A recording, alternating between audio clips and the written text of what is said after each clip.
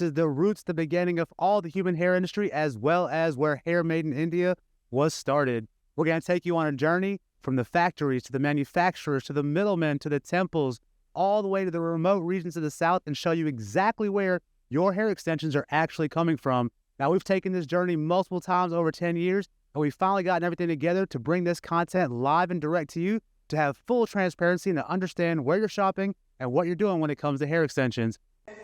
After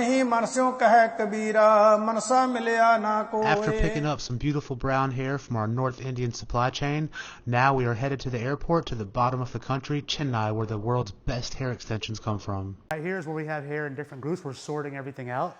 The three-head machine, the heckle, the labor, and the sorting are all key in the way that we produce some of the highest quality hair extensions as well as wefts in the hair extension industry. So you don't get to see this every day. This is a room full of raw temple hair, the bulk material before we get into wefts and closures and frontals.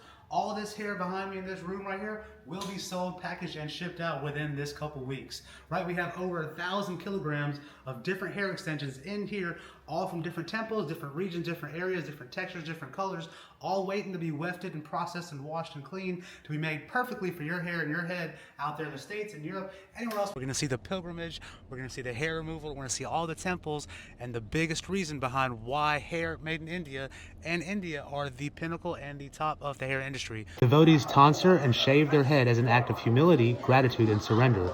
It's not about beauty, it's a spiritual offering. That hair is then collected and sold through organized channels, and the proceeds support the temple's charities, food programs, and community work.